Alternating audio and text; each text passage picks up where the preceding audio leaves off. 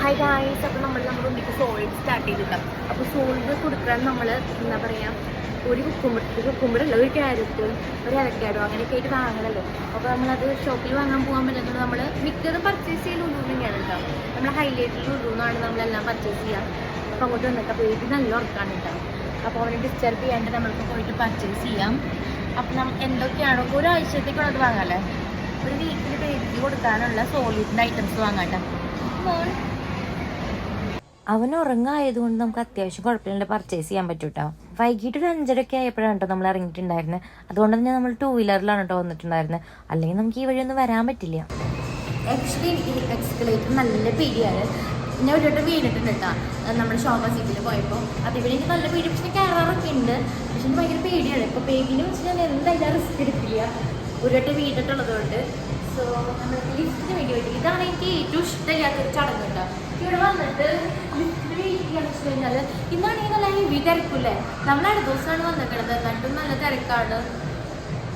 ഈ ലുലുവിൻ്റെ ഉള്ളിൽ എന്താ അവസ്ഥ എന്നറിയില്ല. ബില്ലടിക്കാനാണ് കൂടുതൽ തിരക്ക്. അപ്പോൾ എനിക്കാണെങ്കിൽ ഉണ്ണീനെ കൊണ്ടുവരുമ്പോൾ ആൾക്കാർ അതിലില്ലാത്തവർ പർച്ചേസ് ചെയ്യാണ്. ഞങ്ങൾ മിക്കതും അടുത്ത ദിവസമാണ് വരാറ്. ഉച്ചയ്ക്കൊക്കെയാണ് വരാറ് കേട്ടോ. പക്ഷെ ഉച്ചയ്ക്കത്തെ ചൂട് നിങ്ങൾക്ക് അറിയാലോ, വരാൻ പറ്റില്ല. ഇതിൻ്റെ ഉള്ളിൽ വരെ കുഴപ്പമില്ല, പക്ഷെ ആ വരുന്ന വഴി അതുകൊണ്ട് നമ്മളൊരു 4-5 മണി സമയത്താണ് എപ്പോഴും ലുലുവിലേക്ക് പോകാൻ.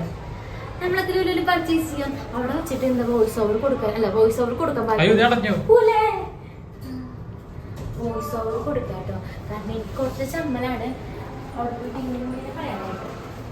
ഇവിടെ ഫീഡിങ് റൂമുള്ളതുകൊണ്ട് നല്ല എന്താ പറയുക, നല്ല എളുപ്പമായിട്ടാണ്. പക്ഷെ ഇവൻ അങ്ങനെ ഫീഡൊന്നും ചെയ്യാത്തതുകൊണ്ട് എനിക്ക് ഓർഡർ ചെയ്തിട്ടുണ്ടായിരുന്നു ബിനീസ് വന്ന് എൻ്റെ ബർത്ത്ഡേക്ക് മേടിച്ചോളാനായിട്ട്. ചേട്ടനത് മറന്നു, ഞാൻ മറന്നിട്ടില്ല.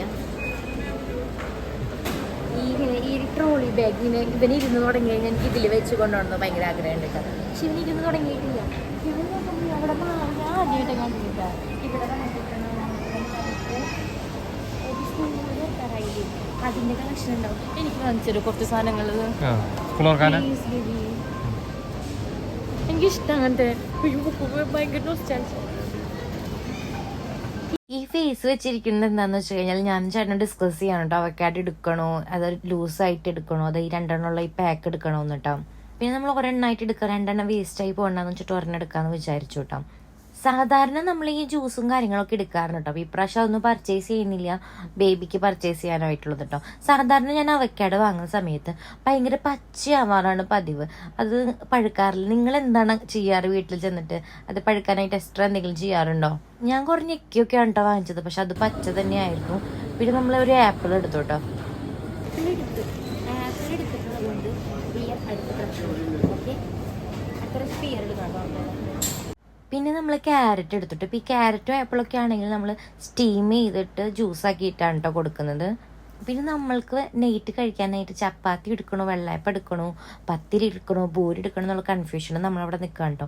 പിന്നെ നമ്മൾ ഫുഡ് കൗണ്ടറിൻ്റെ അവിടേക്ക് പോയിട്ട് അവിടെ എന്താ ഉള്ളതെന്ന് നോക്കിയിട്ട് എടുക്കാമെന്ന് വിചാരിച്ചിട്ടോ. അപ്പോൾ ഇവന് മെയിനായിട്ട് എടുത്തത് നമ്മൾ ക്യാരറ്റ്, ആപ്പിൾ, അവക്കാഡോ ഒക്കെയാണ് കേട്ടോ.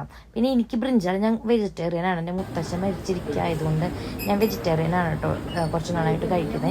അപ്പോൾ ഞാൻ ബ്രിഞ്ചാൾ എടുത്തു എനിക്ക് കഴിക്കാനായിട്ട്. പിന്നെ ഞാൻ ഇവന് സ്റ്റീം ചെയ്യാൻ പാത്രമുണ്ട്, പക്ഷെ നമ്മുടെ ബോട്ടിലൊക്കെ തിളപ്പിക്കാനായിട്ടൊരു പുതിയ പാത്രം നോക്കുന്നുണ്ട്, പക്ഷെ കിട്ടിയില്ല കേട്ടോ അവിടെ നിന്ന്. എനിക്ക് ലുലുവിലത്തെ സാലഡും അതേപോലെ ഫ്രൂട്ട്സ് കട്ട് ചെയ്തു അത്രയ്ക്ക് അങ്ങോട്ട് ഇഷ്ടമാവാറില്ല. മേടിക്കുമ്പോൾ നമ്മളുടെ ഫ്രൂട്ട്സിൻ്റെ അല്ലെങ്കിൽ നമ്മൾ ഉണ്ടാക്കുന്ന സാലഡിൻ്റെയോ ടേസ്റ്റ് വരാറില്ല കേട്ടോ. പിന്നെ എൻ്റെ ബോഡി ലോഷൻ കഴിഞ്ഞിരിക്കുകയായിരുന്നു. അപ്പം ഞാൻ ഈ മമാരത്തിൻ്റെ ഈ ഒരു 50% ഓഫ് ഉണ്ടായിരുന്നു കേട്ടോ.